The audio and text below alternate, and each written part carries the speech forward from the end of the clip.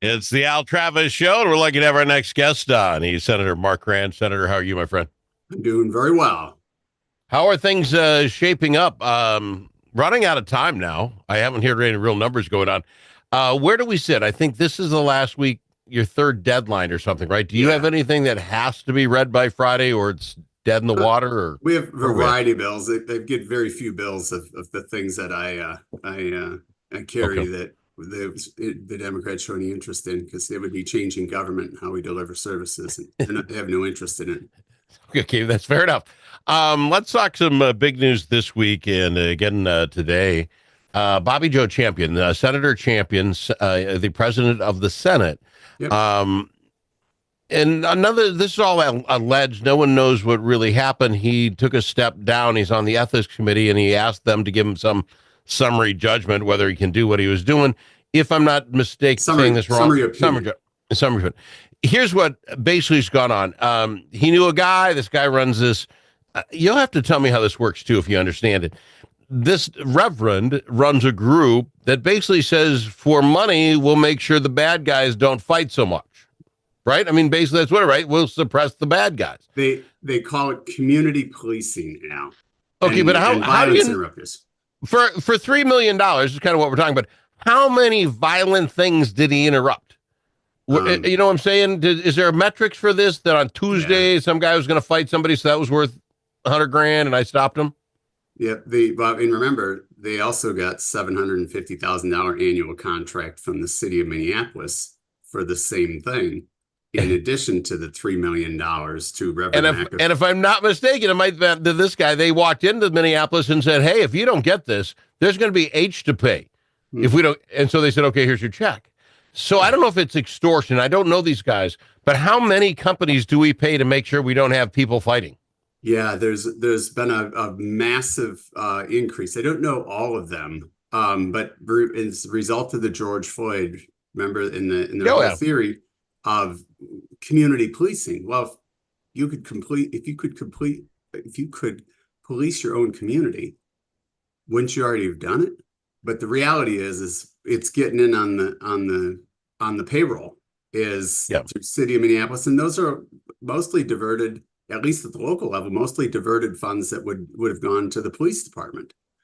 And then you look at the state level.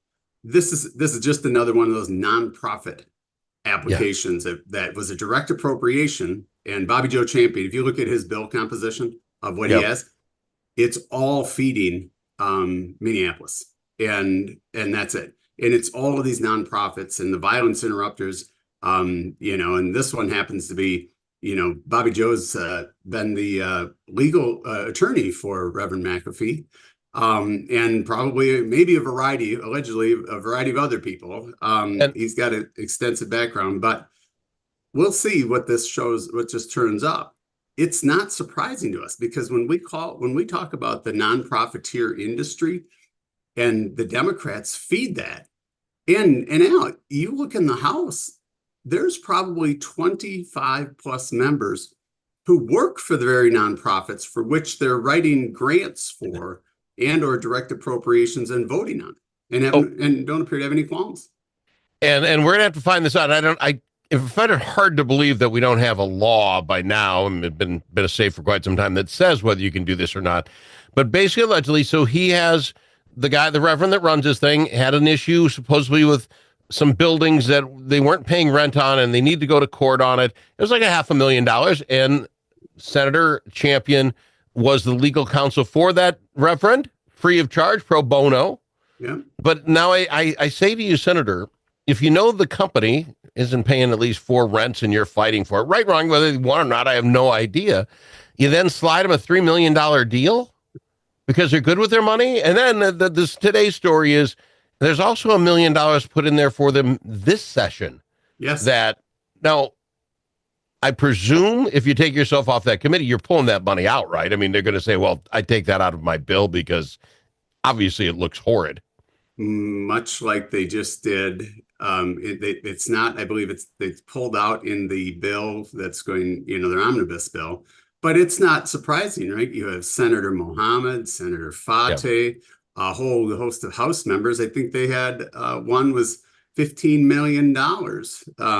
Fateh had to it's the friends and family plan, and I think Hodan, I forget whatever the rep was, the entity who they blackmailed the Yeah. Uber and Lyft into funding this nonprofit.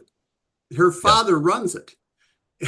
See, It's so unbelievably incestuous, and those are just those that you can track that are directly involved. Not, think about 1 degree of separation, yeah. or a spouse or a brother or a mother or a sister. Um, it's a whole group of people all living off these grants sold to us, solving some social ill, and hasn't done a single thing besides Is fund them. is there something average Joe Al's of the world can do about this? What I mean, I presume if this is the way we do things up there, that's on both sides. I presume you'd Uh, find a few. oh, Would I? I would challenge you on that. Okay. All right. Let's say it's just on the one side. How does it get stopped? The bill to stop paying NGOs directly or whatever, that's going nowhere. So, I mean, how do we stop it and say, if you want to put a request for proposal out there and anybody can try to get the I'll Yeah, stop fights in Minneapolis $3 yeah, million gig, and I put in for it, by the way. I'll do my best. yeah, you're Um, 100% right. so but that's not going anywhere. My point is, so what do we do? I'm watching this, reading this, and I'm hoping it isn't true. I'm hoping Champion is a stand-up guy. I like him, to be honest. I've met him before. I'm hoping all this is a nothing burger when it's done. But you talk about all these folks and all these other ones and millions here and millions there. When do Minnesotans get to say no more? I Now, mean, go ahead. what's the solution to all of these political issues? It's always going to be the election at the end of the But day. yeah, And so in our case, we need a governor that decides that, yeah, we're no longer going to do this. We're spending billions of dollars are going through these channels on a continuous basis. And I'm with you 100%. There shouldn't be any direct appropriations to those entities. There yeah, certainly shouldn't be. Then there's billions put into pools of money where they grant them, and they just happen to yeah, grant them to the same people through deed, to DHS, through yeah. all 10 different agencies. In my world, when I talk about what should we do differently, it should be just as you described. First off, we have to determine it's a need. Yeah. Secondly, determine it's a need that the state has an obligation that we choose to do, or there's an Yeah. obligation to provide. And then we go through the official procurement process, and But to have it open and competitive and transparent process. And here's what it does for the people who provide those services. That's been my entire industry. The things that work well in government are delivered by private companies, but you have to yeah. have good oversight. And in this case, we have no oversight through these things. But for the people who provide it, you could engage in longer term contracts. Yeah. And so you have more stability, and you'll have service level agreements or criteria in which you have created expectations. So See, that's what I would throw out to. The other thing yep, is there's absolutely no expectations. We 100%. paid $3 million to this reverend. He's going to help stomp down crime in Minneapolis. Does Yep. anybody even bring up next year and say, is crime down in Minneapolis? We don't even bring that up. It's like, here's another $1 million. For folks who, what? Right in the middle of that Minneapolis, when they pulled back the 650,000 to the Yeah. 21 group, Yeah. two of his gentlemen laid down 70 rounds after a house party with what appears to be automatic weapons. Two of them in uniform, wearing bulletproof vests. One was a felon, one wasn't a felon. Now on his way to be a felon. Those are the violent interrupters, and you're supposed to feel better because they're the ones doing the shooting versus the gangbangers who haven't retired. And for folks who don't understand, when we're talking about naming them, what's going on now is if you are a friend of somebody and you're an interrupter, your company literally is put into the bill. We will pay 21 Jump Street or whatever it's called $3 million, and it's there. It doesn't say why or how. It's just that person gets it. Instead of we need a interrupter in Minneapolis, we need somebody who can do it 52 weeks a year, whatever, and put some law down. Please give us a request for proposal so you can run in there and Al could try to get the job or anybody else. It literally goes to the person signed. That's a relatively new thing. I say that 10, 15 years. We've started to make that into a very profitable business if you know the right person. And the business is never named The Al Travis Show. I'm getting a little teamed at it. I'm getting mad. We got to go to break. We'll be back after this with more. I've got him, Senator Mark Koran.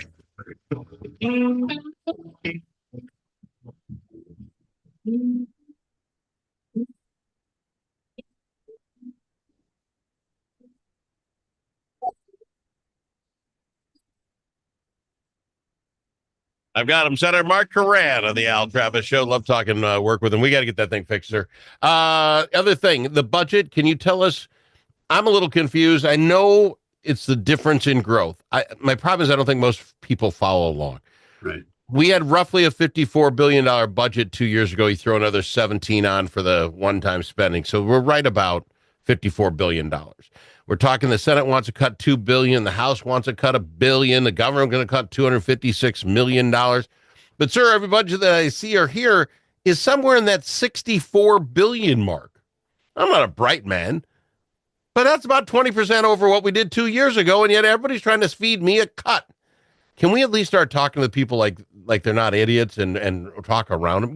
You're smiling. That drives me nuts. Al, the thing that what they willfully withhold is always more damaging than the lies they tell you. What they withhold is the context of every conversation or article.